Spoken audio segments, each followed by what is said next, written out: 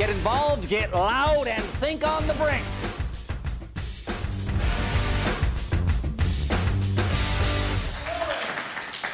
Well, PTSD, myth or reality? Well, PTSD affects about 7.7 million American adults in a given year, my friends. So the disorder can develop at any age, including childhood. You don't think of children having PTSD, but they do. Symptoms include strong and unwanted memories of the event, bad dreams, emotional numbness, intense guilt or worry, angry outbursts, feeling on edge, and avoiding thoughts and situations that are reminders of the trauma.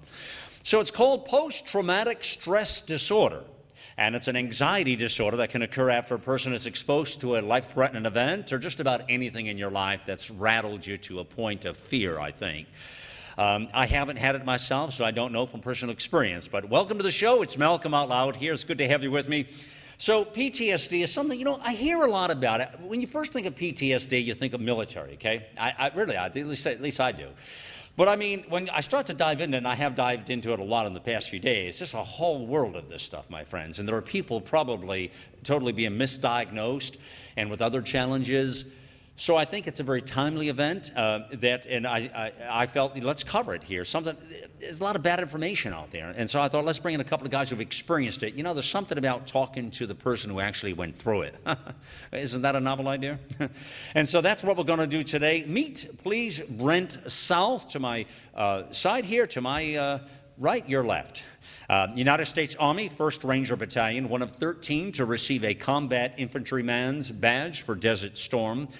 Brent was that guy in the military, the one in the right place at the right time for many once-in-a-lifetime opportunities and experiences. Richard Kiser. 30 years ago, Richard was involved in a hunting accident that resulted in a 2.5-year battle with severe PTSD. Panic attacks took over his life. The tragic event resulted in Richard living in an envelope of fear. And what's really interesting, I think, about Richard's story is that he's a military man. He was in the military. Correct. And even though I don't have that in your initial accomplishments, but we should touch on that as well, that you were, and it's funny because you went through the whole military thing and then you didn't get it there, right? No. And you come out, and so there's something about that that is just different to me. Yeah, I had to come home to get shot. I know, it's like weird. Yeah, well, and he did, he got shot, literally got shot.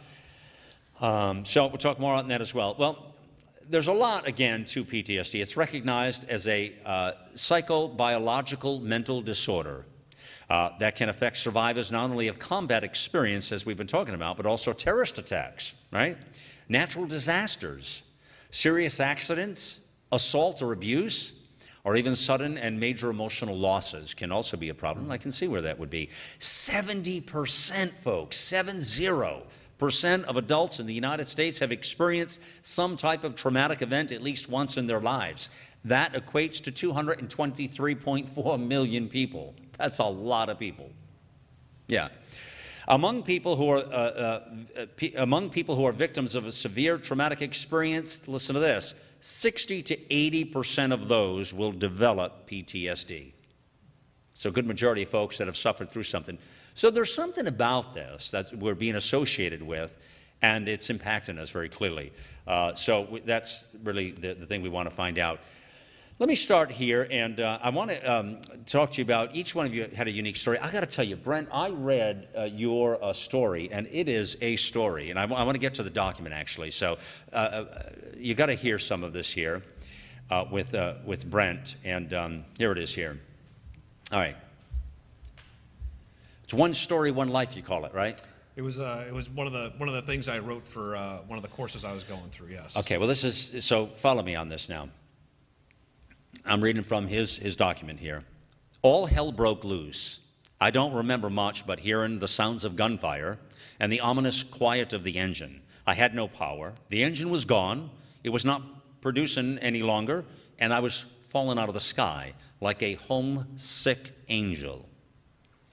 While I was so low, I could see vivid and close details of the earth right below me. After making the sharp turn and the blades popping, everything went quiet. No engine noise, no rotor blades flapping, almost a whisper for a second or two.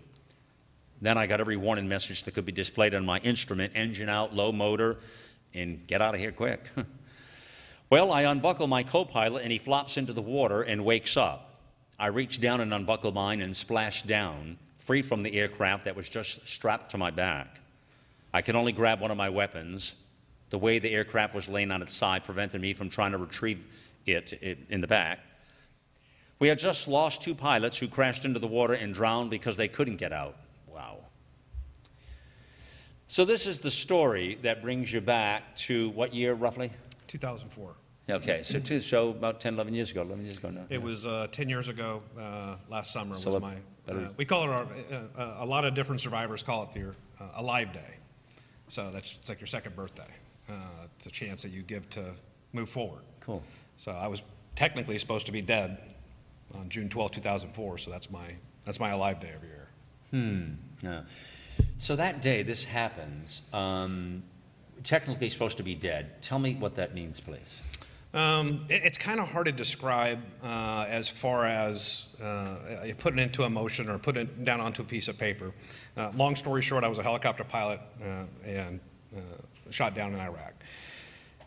The easiest way, and when I try to explain it to people and people talk, ask questions, and it's fine. Some people with PTSD don't handle it the same way. There's different severities of PTSD, obviously. But the easiest way I can describe it is, I don't know if a lot of people watch movies, but Saving Private Ryan, at the very end of the movie, when the old man goes to the cemetery and he's standing in front of the grave and he's looking at his wife and he starts crying. Mm-hmm. And he says, "Tell me I'm a good man." She's like, "Oh my God, what? Why?" He's like, "Just tell me I'm a good man." And it's because he was allowed to live, and he was living every day beyond that point for all the people that had died before him. So that, there's survivor's guilt. There's a lot of different aspects when you roll in PTSD to a traumatic event. And so a lot of those things kind of, they're hard to describe to someone. I have to believe the survivor's guilt is very real. Huge. It would be for me. If I'm in that situation and I see people losing their lives all around me in these circumstances, and I somehow get a reprieve, that's got to mean something, man. It's real big, and if you talk to a military community and you get a group of people around and you start talking to them, that's a huge deal. When someone gets hurt in combat and they take you, they rip you out. It's like being ripped from your mother, and that's where you feel safe. That's where you feel secure, is with your brothers. They take you away from that, and then you're gone. You don't see them again. Then you hear 6 months later, a year later, someone got hurt, killed. Well, could I have been there to help them? Could I have done something? Was it because I wasn't there that someone got hurt? Was I supposed to be in their place? So that survivor guilt always takes you back to those places. And you hear a lot of guys, I'll go back. I want to go back. Why do we think that way? Because you just triggered a nerve in me. I have that feeling all the time, Brent, that I should be somewhere, or why wasn't I somewhere, or whatever. There's some sort of a control mechanism in me. You understand, to believe I should fix things or heal things or what have you. Why is that? It's a safety thing. It's a security thing. Okay. It's that blanket. You feel safe in front of the cameras. You Okay. feel safe in a certain location. Yeah. Whether it's at home, in your car, doesn't matter. You want that place. You want that security. It could be at church. It doesn't matter where it's at. Right. You search for those things. You want that normalcy. You want that feeling of security.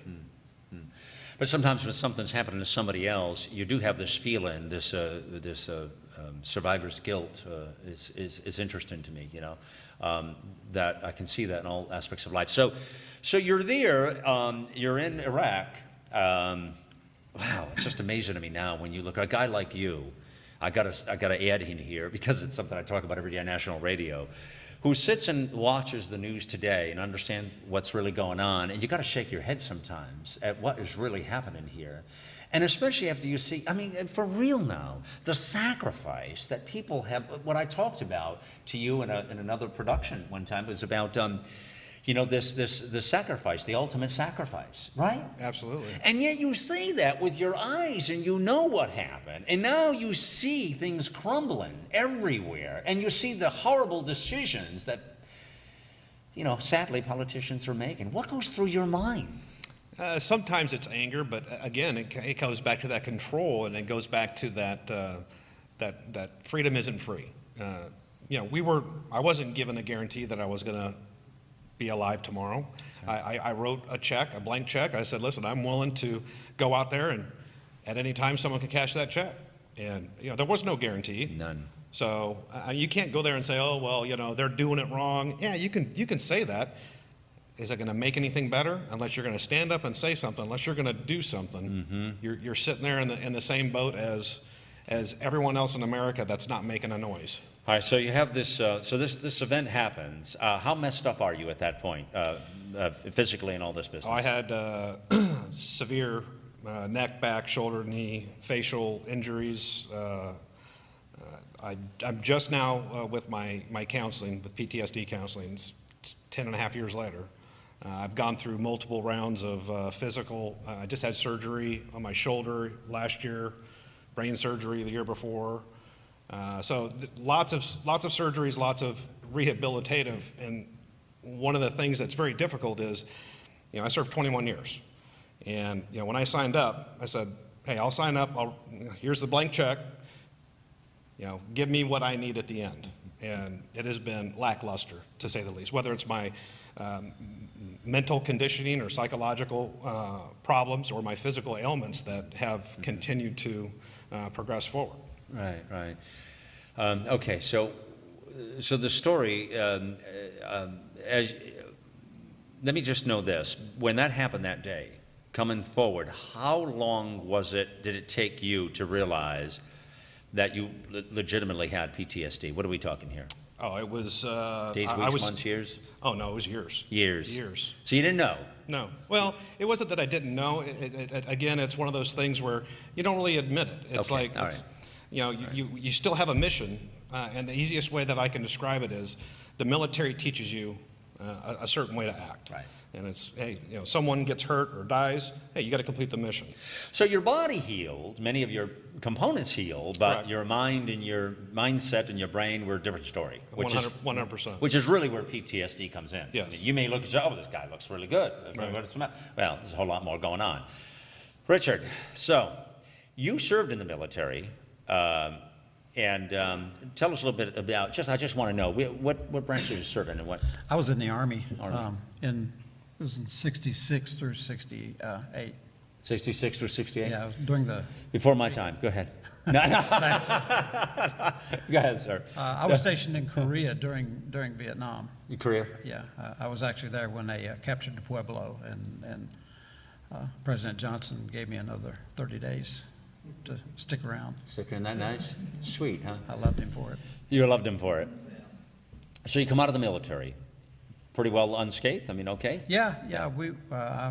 I lost a lot of good friends in Vietnam. Wow. So yeah. I knew what it was about. Yeah. But fortunately, I came out unscathed. Yeah, right.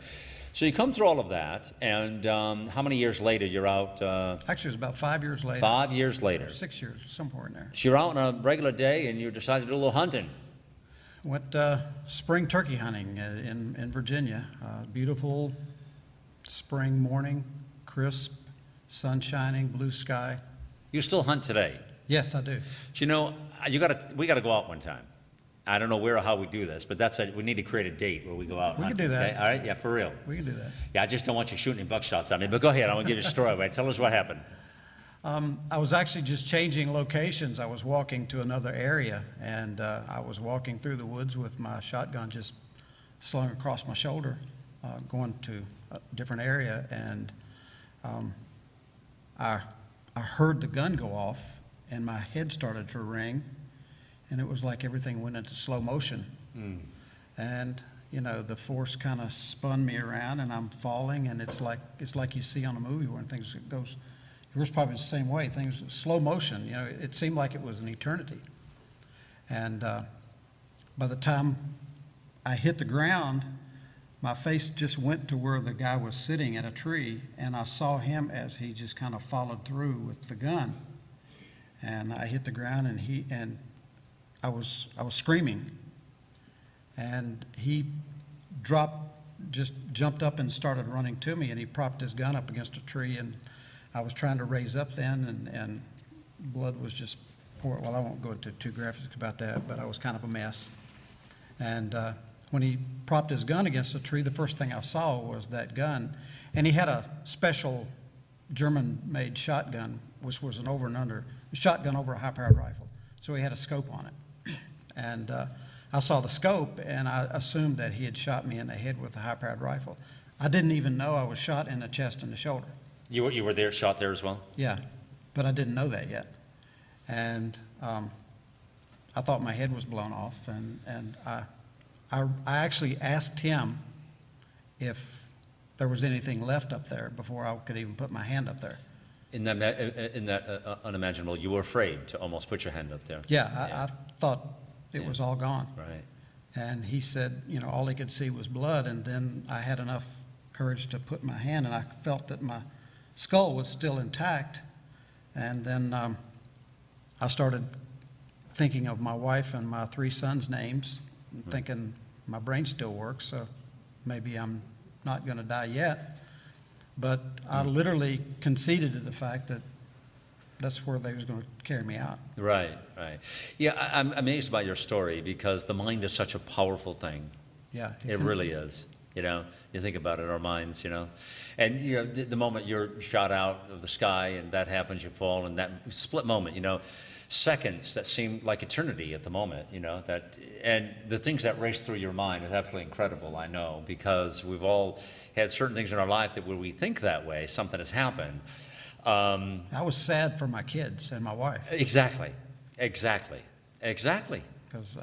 I knew, you know, I'd never see them again. Right. Well, you were a given person, and you knew why and what it was all about, you know? I mean, that's the deal, isn't it? You kind of think. Yeah, pretty much. I mean, like I said in my story, it was, you know, when everything started, it was like everything got real quiet, and then it was slow motion, and then all of a sudden it was like just a fast forward. Mm-hmm. So it was slow motion. It was slow motion for a few seconds, and then it was fast forward. Well, think about it. You know, something traumatic happens, and it's like, you know, it is slow motion at that moment. Think about that. You can almost see that. And then, like you say, it speeds up quickly when you know you need the help. Yeah. Or real fast. They never get there fast enough, right? Or whatever's going to happen, you know, because that can be seconds and minutes can be a matter of life and death in those situations. Yeah, I did a TV show in Kentucky about 5 years ago. It was a hunting video, and I was sharing my story, and I didn't know he was going to do this, and he actually reenacted the shooting. And when he sent me the DVD and watched it, I saw it unfold again, and it was it was a bad flashback. It was the worst I had. Really? Yeah. So you both have been in that mode of understanding. You can understand each other's stories too, I'm sure, pretty well with PTSD.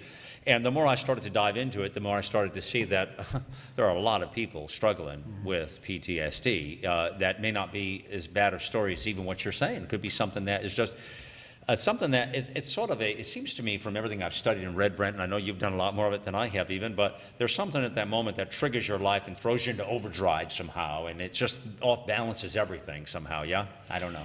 I've done a lot of counseling, and they have a lot of different counselings, both through the military and outside, and I've done probably 4 different types of counseling, and probably one of the most prolific ideations of how PTSD, how it affects a multitude of people, whether it's a car accident or a sexual trauma, something like that. You have a certain belief, a moral compass, a value. Well, regardless of what it is, it could be far to the left, far to the right. You know, say it's right in the middle. Well, once that traumatic event happens, that's usually shifted, and it's either way to the right or way to the left. And so when they talk about some of the symptoms and some of the different aspects of PTSD, whether it be the recurrent nightmares, the panic attacks, and if you look at some of the manuals, it's called a DSM-4 is the new medical manual for it. They talk specifically about those things. Mm-hmm. Once you do have that traumatic event, again, you go to the left or to the right. And that's where hypervigilance, the panic attacks, you know, they happen in those realms. And until you're able to dial that back, until you're able to accept it, find it, and treat it, that's when you can get yourself back to normal. So the whole thing is the dial-in back thing and the steps you need to take to get there, which are some of the things we're going to talk about ahead here very clearly.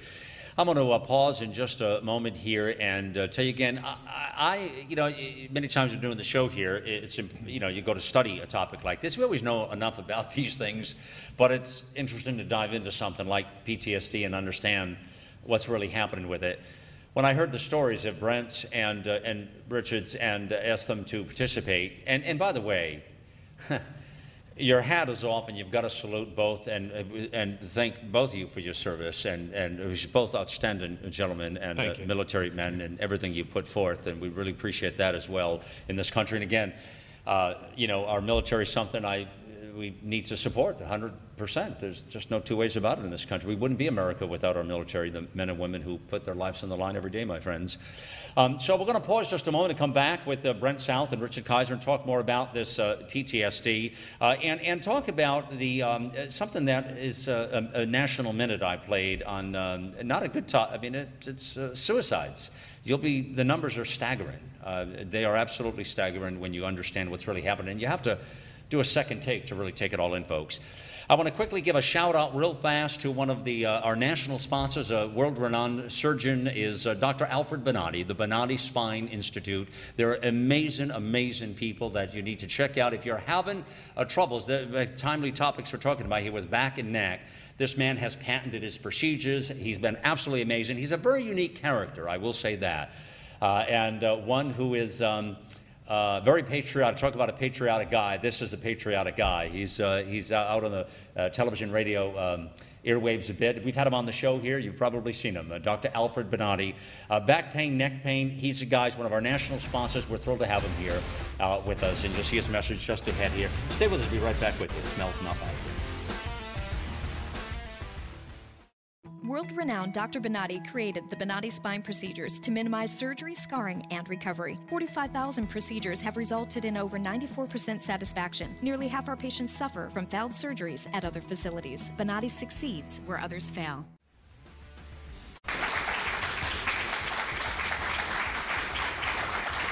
Well, the topic today is PTSD, again, post-traumatic stress disorder, and you know, it's not just a military thing. I mean, it's a lot of our military it affects. The numbers are staggering, but it can impact anybody in their life. And the more we've become more advanced in it, the more known. In fact, in my studies, some of the earliest signs of this, people really thought people were crazy, that were having these challenges. They didn't even realize that this was a real problem, that the trauma in their life would create such disorder that it would just totally disconnect many things in your life and create all kinds of problems and challenges in your life. So it's a real deal.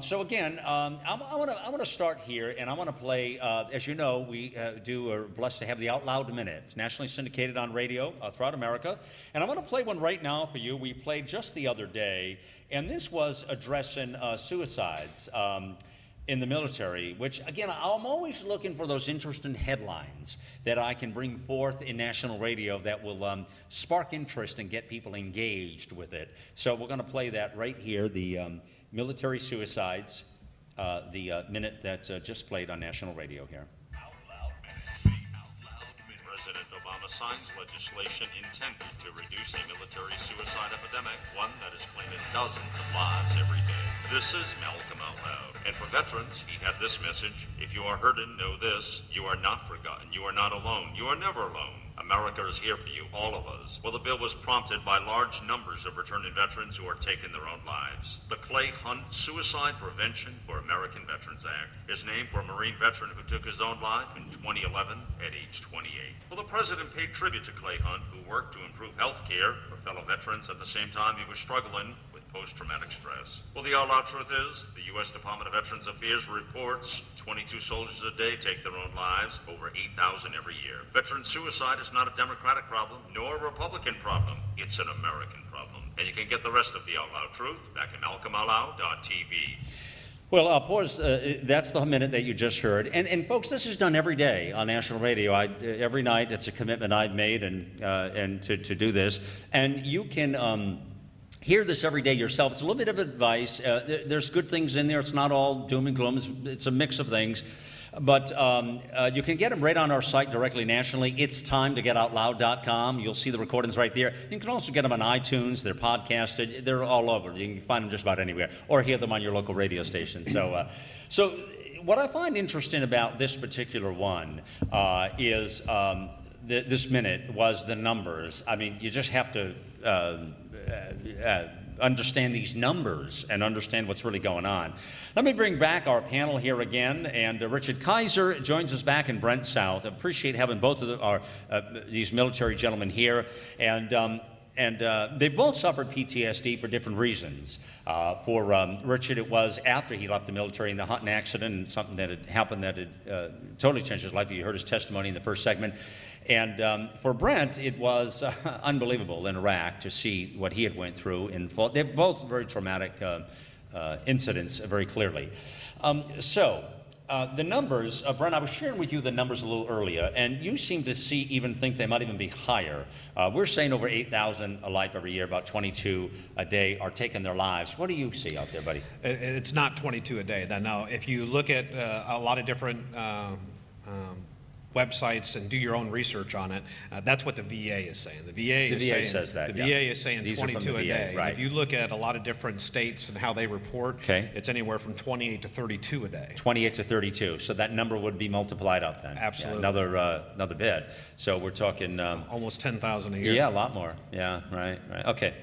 All right, so they're high no matter what they are. Absolutely. I mean, they're too high, obviously. And they're higher than the average. If you take the military as a slice and you talk about military suicide or suicide within the military, and then you take it outside in the civilian community, it's 1.7 higher than the civilian counterparts. In the civilian, it's even higher. No, it's lower. Yeah. In the military. I thought so, because the military, this has been an ongoing problem. I've reported on this over Right. the past many years on radio, and I've reported on it many times and looked at some of the numbers, and they're staggering. I mean, and tried to do something about it. One of the things you kind of also got to look at is, okay, well, even if you take the 22 a day, how many Right. people died in Afghanistan or Iraq today? Yeah. Military members. Right. 0. Right. Today. Right. But 22, if you just go by the VA. Oh, yeah. 22 of them died today. At least that, right. So that's it, right? I mean, that's the problem. So, I mean, listen, if it gets that bad in your life, PTSD, and you're willing to take yourself out, it's got to be pretty bad. Absolutely. I've had many moments. I've lost 4 very good friends in the last 6 months. From suicide. Absolutely. Unbelievable. So it's that bad. It's that bad. Wow. And like I said, it varies between people. Wow. So whether it's a fight with the VA, whether it's money, whether it's family problems that people don't understand, and they compound, and well, you know what? I can't deal with it. I can't deal with the VA. I can't deal with not having money. I can't go. The ex-wife's taking the kids away from me. Whatever it is, it's an out. Well, let's face it, the quality of life has been diminished considerably at that moment veterans, of time. absolutely. And this whole thing with the VA was just out of your mind, out of your sight, out of anything that I could ever imagine in this country, that we would have such a scandal on every level. Shame, shame, shame, shame on the politicians who run the circus up in Washington, huh? Well, I think Bob, the new secretary, is doing a lot better. But the one thing that I'll address, just because I've had to deal with it, and like I said, it's been 10 years since my Alive Day, and I've sought treatment for 9 of those years and was rejected, pushed off. I've had doctors fall asleep on me from the VA, fall asleep in my sessions. Wow.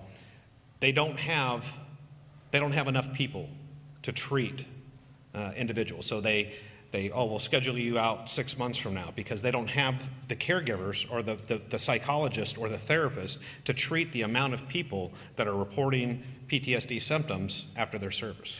Well, that's the whole problem with the whole VA problem, is people were dying on their watch. Absolutely. Dying. Military guys here in the States, they were dying at home because of them doing bad things. I mean, doing funny books and cooking the books and doing all kinds of things and covering their backside as they were, doing these kinds of things to our military men and women. It's just unconscionable on any level. I mean, and that scandal hasn't even, I don't even know what the restitution of that is yet. Well, right now they're saying that he's fired 900 people, 60 are under administrative leave. Huh.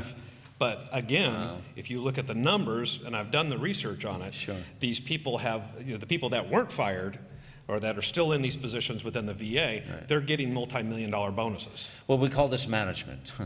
Government management. Mismanagement. Yeah, mismanagement. They never fire these people in government. That somehow they can have endless lives and do endless things. And I don't get it. I really don't get what they call it screw up, boo up. Yeah. I don't get it. I don't understand it. So, well, all right, so listen to this. In the past year alone, the number of diagnosed cases in the military jumped 50%.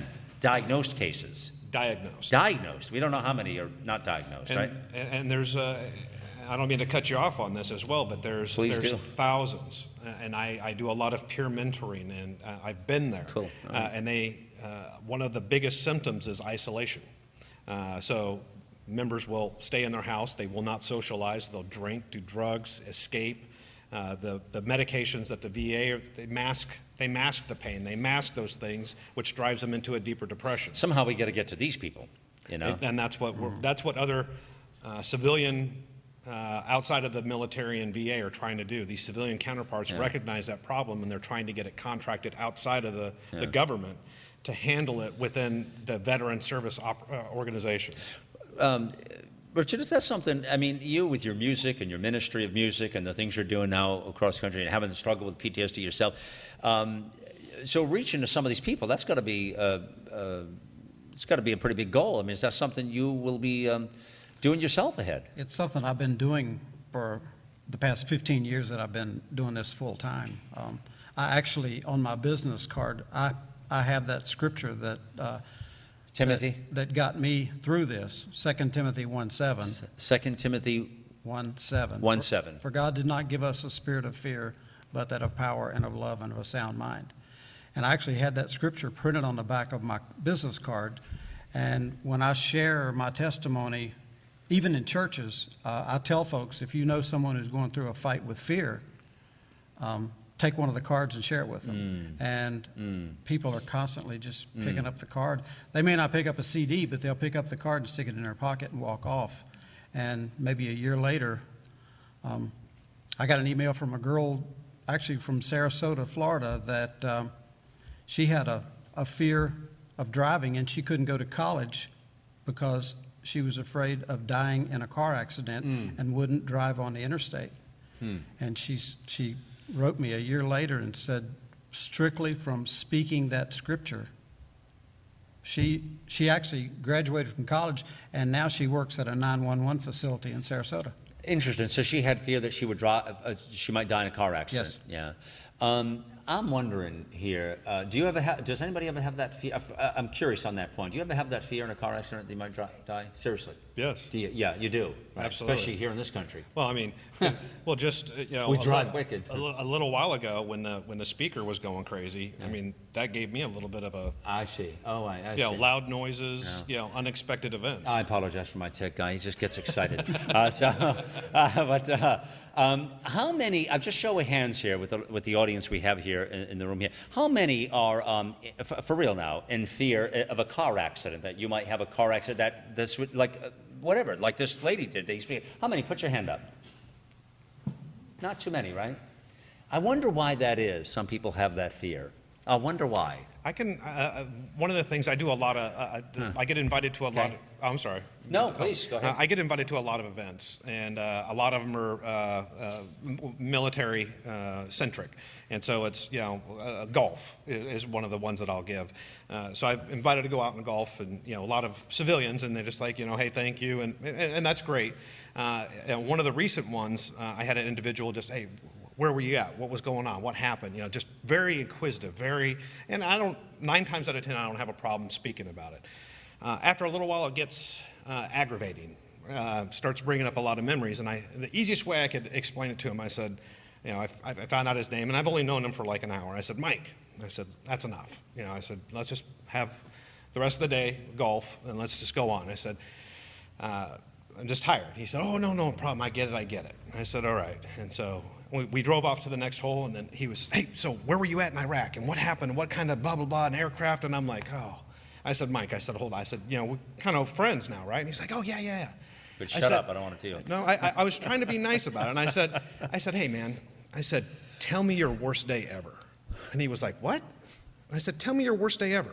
And he was like, I don't know what you're talking about. I said, well, what time did you get up? And he was like, I don't know, it was like 6:30. I said, well, did you take a shower? And he's like, I think so. I said, did you eat breakfast? And I walked him through his day. And then, got to the end of where his traumatic event was, and I said, and he just looked at me and he goes, hello. I get right? it. Yeah. Who wants to do that, man? Especially on a fun time golfing. Right. Amen. Well, see, my fear was over everything. Yeah. I actually, during this time, I got on an airplane. Of course, back then your family could see you off at the gate. And, Right, and right. I got on an airplane, was flying to New York, and I was wearing sunglasses because I was crying.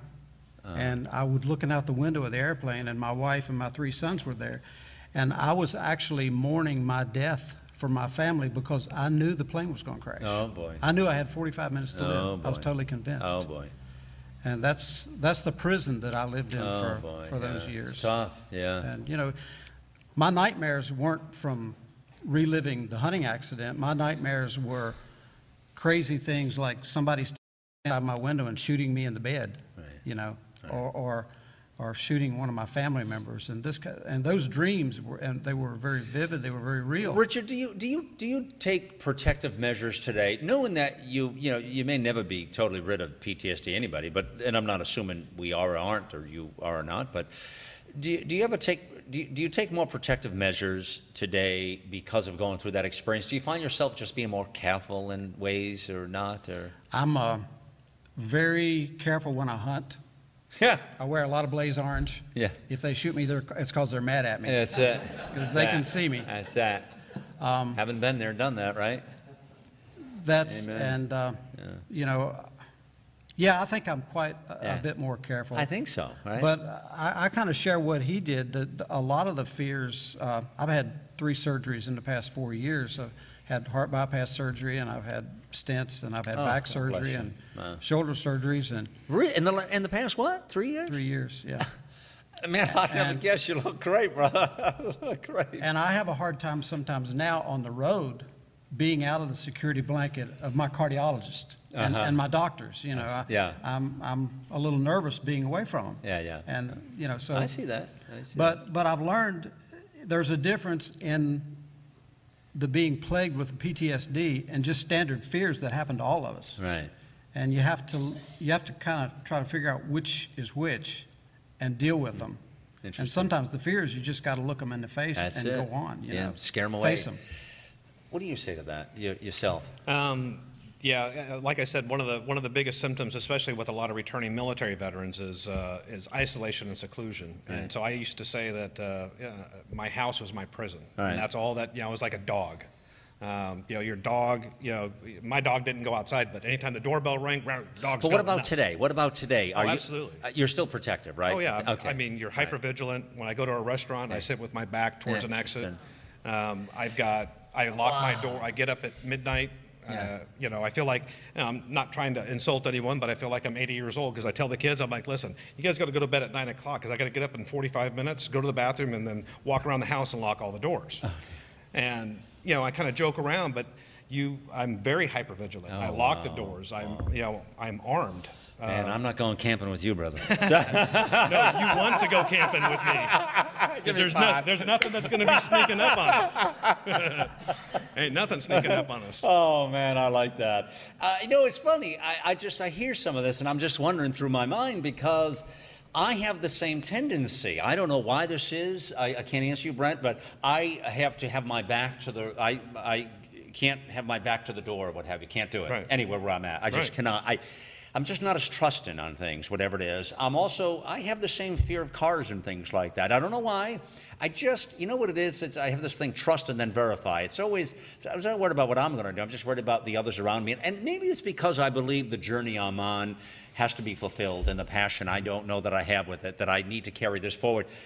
Because, you know, I mean, I've had some surgeries and things like that, but I didn't suffer anything. I didn't PTSD. I mean, I was in a car accident, had temporomandibular joint surgery, but I don't think maybe that is tied to it. I don't know, buddy. Maybe I need to sit with you for a little while. I've got a couple of friends that have been in car accidents, you know, and they have traumatic brain injury and they have I was a PTSD. passenger in the car.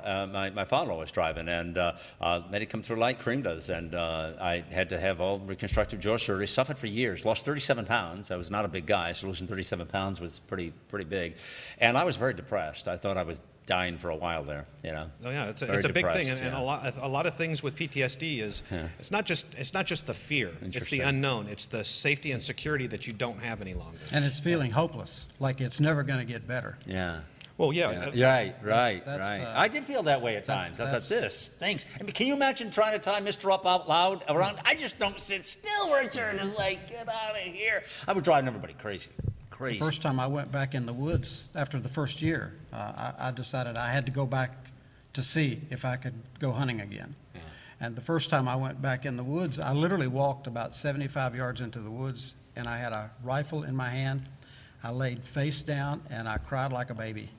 And it was like either get up and go home or get up and go hunting. One or the other, yeah.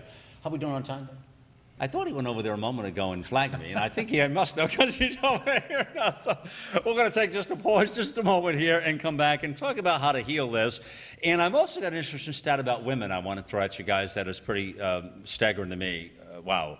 But I want to talk about more of the steps we can take on things like this. And I don't know, I'm having a counseling series of segment myself here. Maybe I got to look at some things here, look in the mirror here. I'll be right back with you here.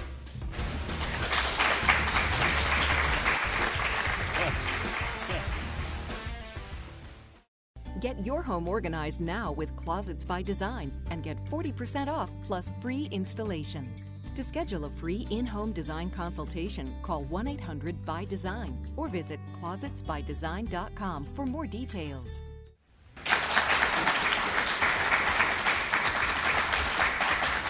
Well, again, PTSD is what we're really, I think, learning some things. I'm learning some things. I know you got to be learning some things. So post-traumatic stress disorder, it impacts so many people for so many reasons. Welcome back again, Brent South, Richard Kiser, both military heroes and great Americans, and I want to say that first and foremost. Great to have them with me.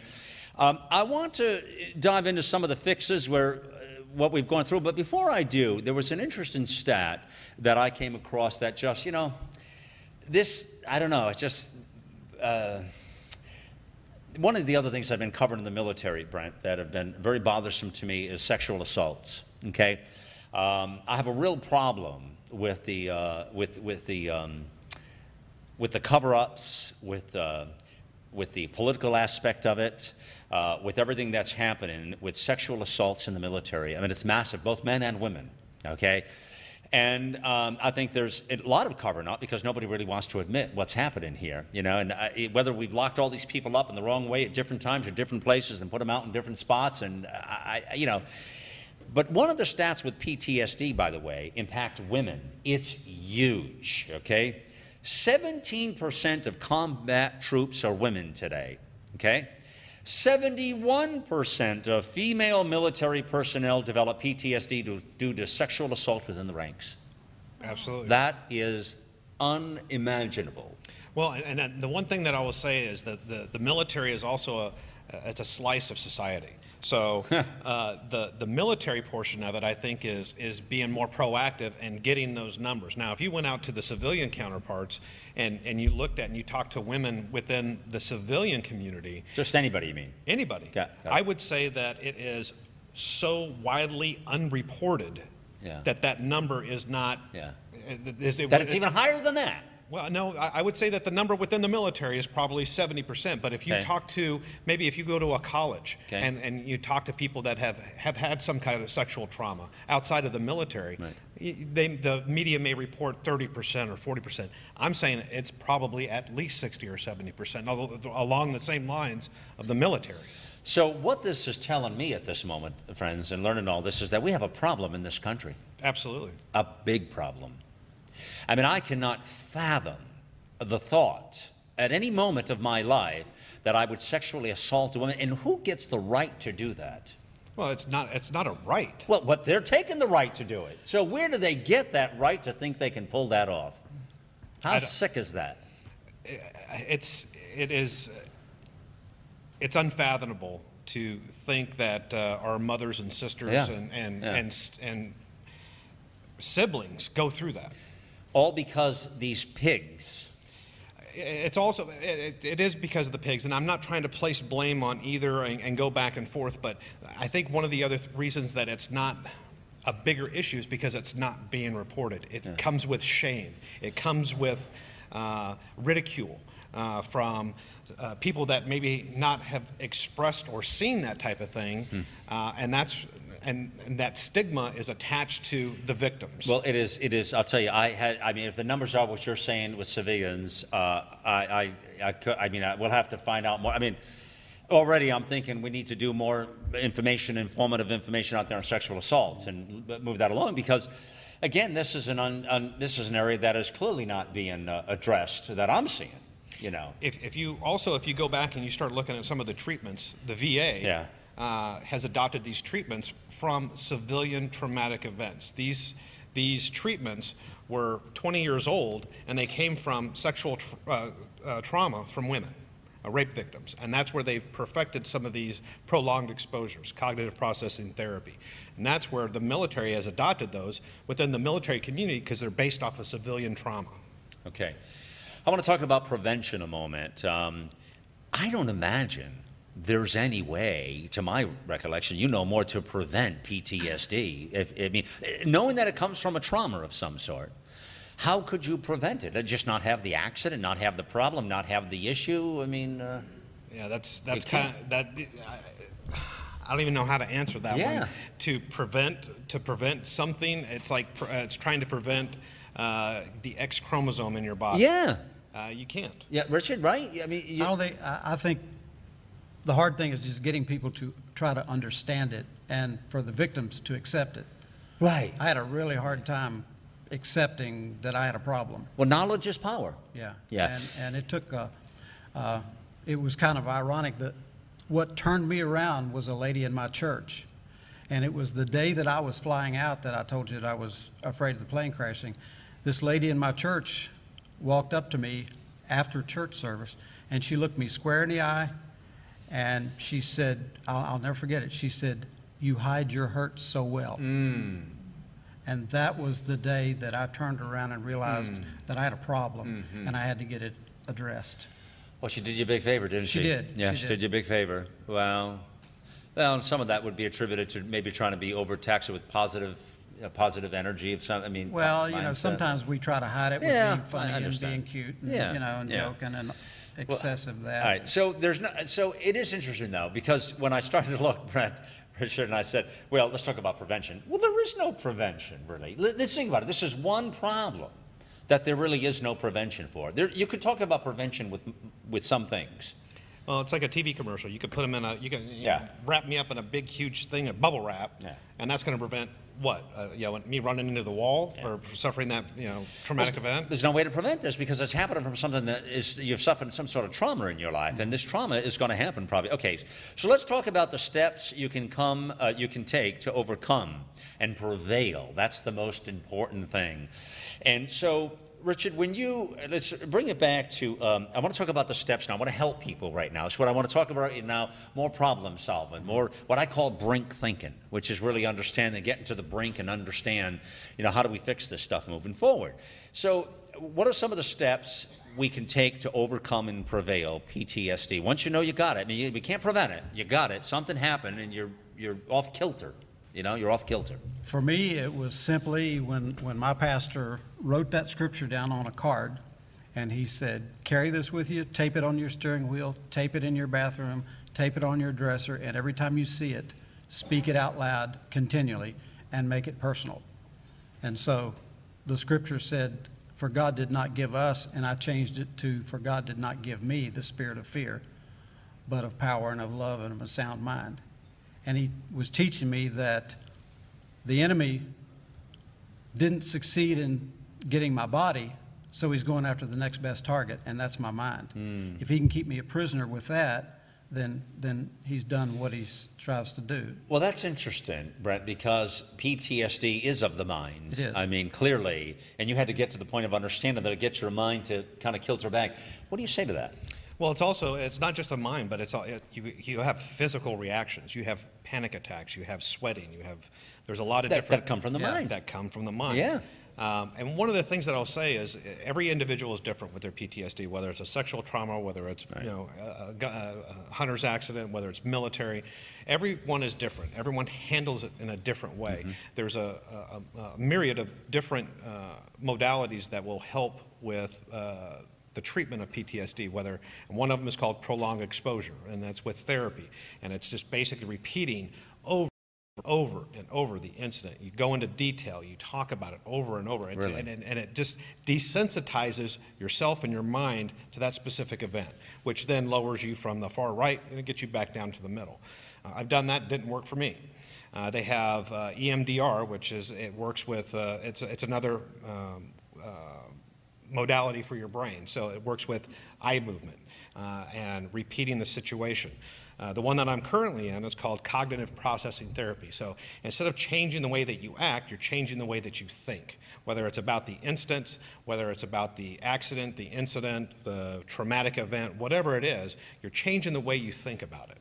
And those are just 3 of them, and I've gone through 3 other different ones, and there's new ones that are coming out. I have a friend that's out in San Diego that's doing almost like an electrolysis on the brain. Yeah. Really? Electrolysis to sort of jolt it.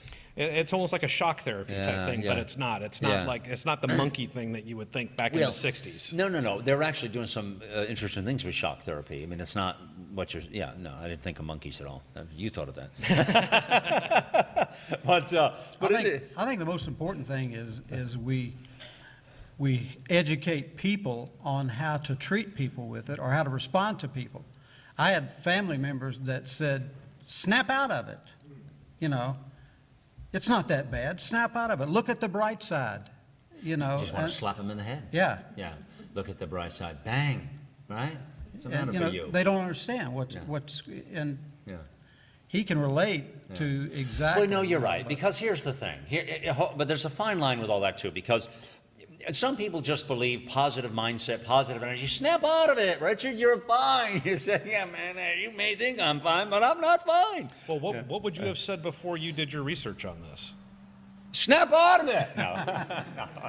I knew already it was a problem. No, not. But to I be. mean, if you think about it, then if you talk to anyone in the room and you say, listen, what do you? I always knew that something traumatic happened in their life that threw them off kilter for real, and it was a disorder that your mindset.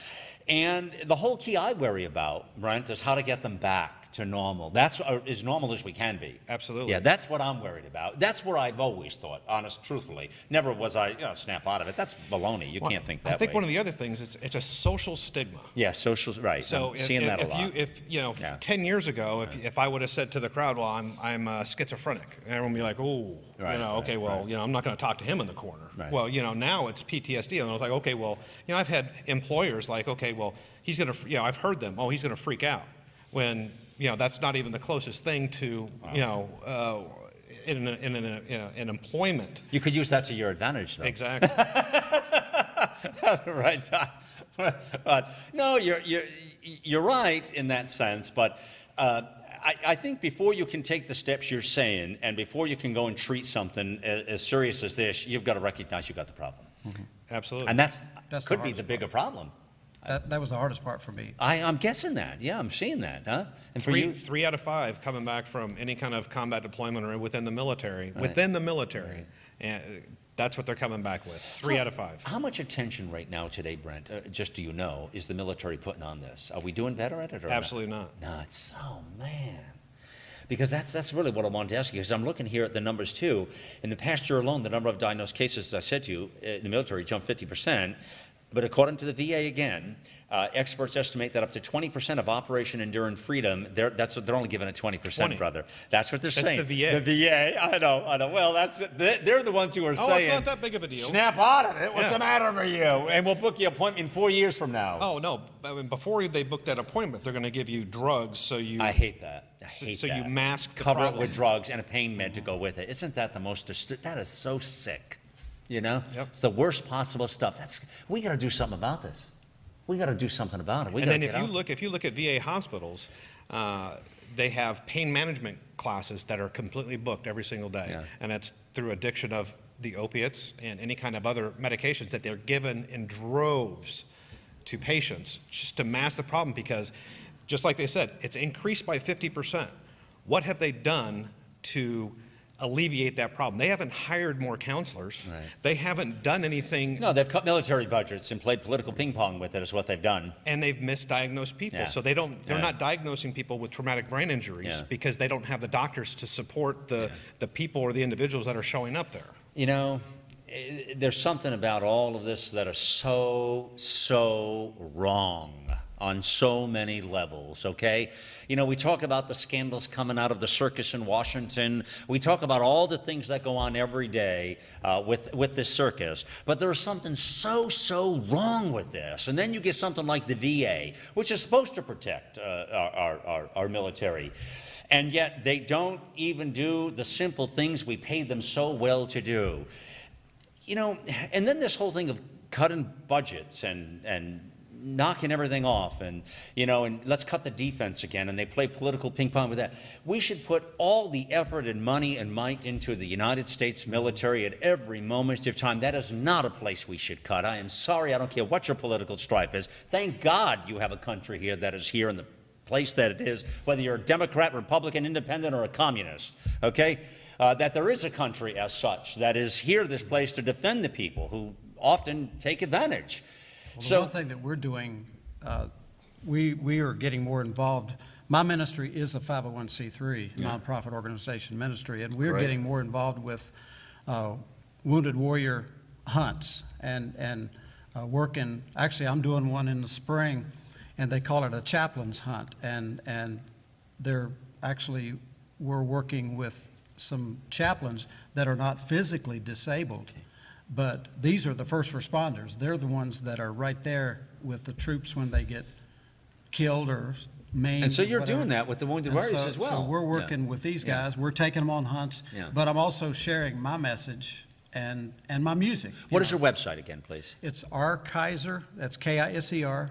Kisermusic.com. Yeah, Kisermusic.com. People can find out more there and the work that I'm actually writing a book now, not from a clinical standpoint, but from a personal standpoint of PTSD. Yeah, for somebody who's gone through it. Yeah. That's way better anyways. Brent, tell people how we can find what your touch points we can communicate with you. You know, I mean, you're doing work for the Wounded Warrior. The Wounded Warrior Project, the shirt that I'm wearing, I'm an alumni, peer mentor as well, but there's a lot of other veteran organizations to include, I gave you the card for Divers for Heroes, that does a lot of work with military amputees. We call it the new normal. Okay. Weightless underwater, so the injuries that we sustain physically are way less minimized. But then you also get the safety, the security underwater.